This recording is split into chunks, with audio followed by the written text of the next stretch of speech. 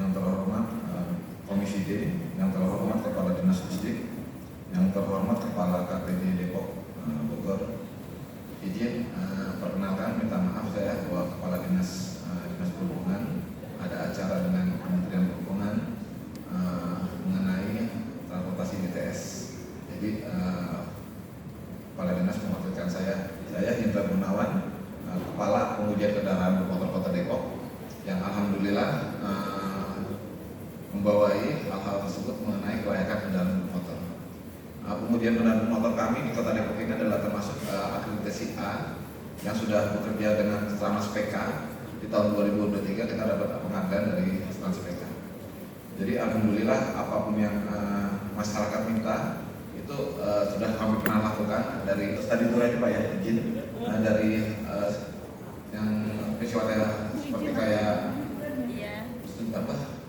ziarah, apapun yang diminta masyarakat itu kita penuhi. Tapi dengan ada dua pilihan, kalau untuk menggunakan kendaraan bermotor tersebut yang masih bisa kita bawa ke tempat pengujian, kami persilakan kendaraan tersebut atau mobil bis tersebut kita bawa ke pengujian.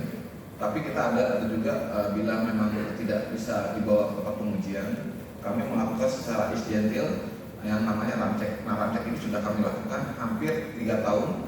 Yang kita lakukan adalah saat Nataru, terus Idul Fitri dan liburan sekolah. Tapi yang kami baru lakukan hanya sekitar terminal dan PO bis yang ada di Kota Depok. Itu pun PO bis yang sudah memang terdaftar ya, pool-poolnya Pak ya.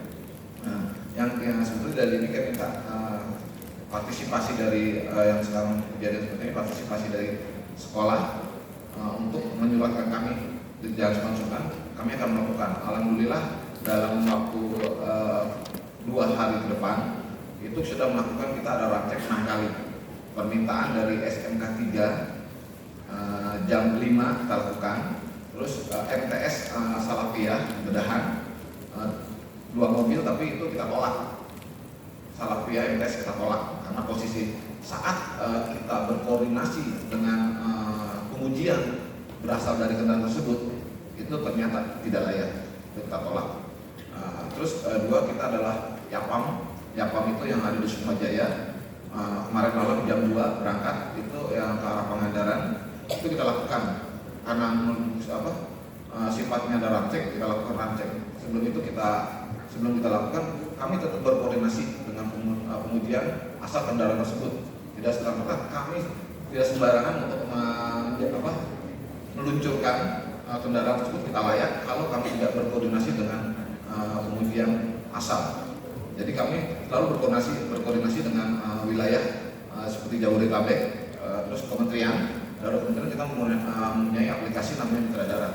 Mitra Darat itu se-Indonesia, jadi kita cuma cukup melayangkan nomor kendaraan, itu kita bisa lihat kapan terakhir menguji, kapan Sipam itu adalah izin terakhir, apakah mobil tersebut itu ada di tahun memang masih bisa memfasilitasi pariwisata, yang mudah-mudahan Kementerian Perhubungan ini membatasi usia kendaraan untuk pariwisata di atas tidak boleh di atas 15 tahun, kemudian itu tercapai.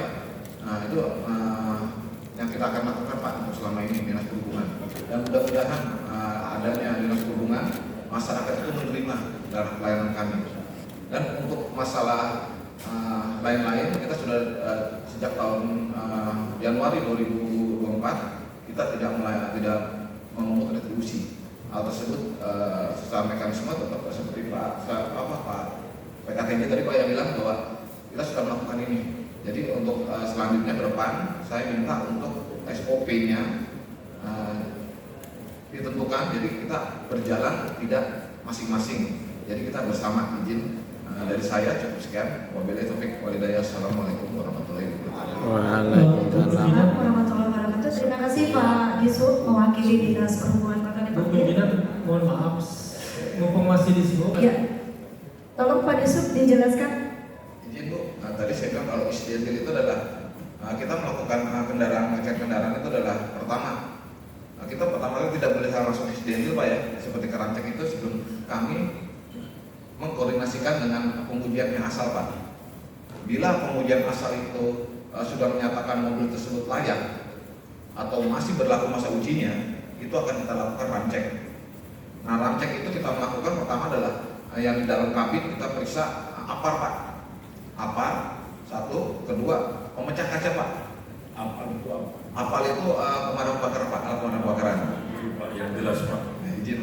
Nah, terus Singkatan istilah-istilah dalam diskusi Bapak jelaskan sehingga tidak yang kan simpang siur. Silakan terus lanjutkan. kedua adalah P3K. P3K itu ada kotak P3K itu pun kita lihat kalau mamanya ada yang kurang itu pasti kita minta ke panitia Pak untuk dilengkapi. Nah, terus setelah ketiga kita lari ke instrumen. Instrumen itu adalah pertama kita mengecek adalah apakah ada cahaya jarak pandang. Kaca tersebut jangan lebih dari 70%. Kalau 70%, jujur kalau malam itu agak sedikit buram. Terus kedua kita adalah lampu sorot Pak. Itu jangan sampai lebih dari, kurang dari 18 kandela. Terus kedua kita adalah alur ketebalan ban. Bila ban tersebut terjadi bila ada vulkanisir, itu kita tolak. Vulkanisir kalau vulkanisir adalah ban yang direkomendasi lagi Pak ya, rekondisi lagi. Itu layak, itu yang kita tolak.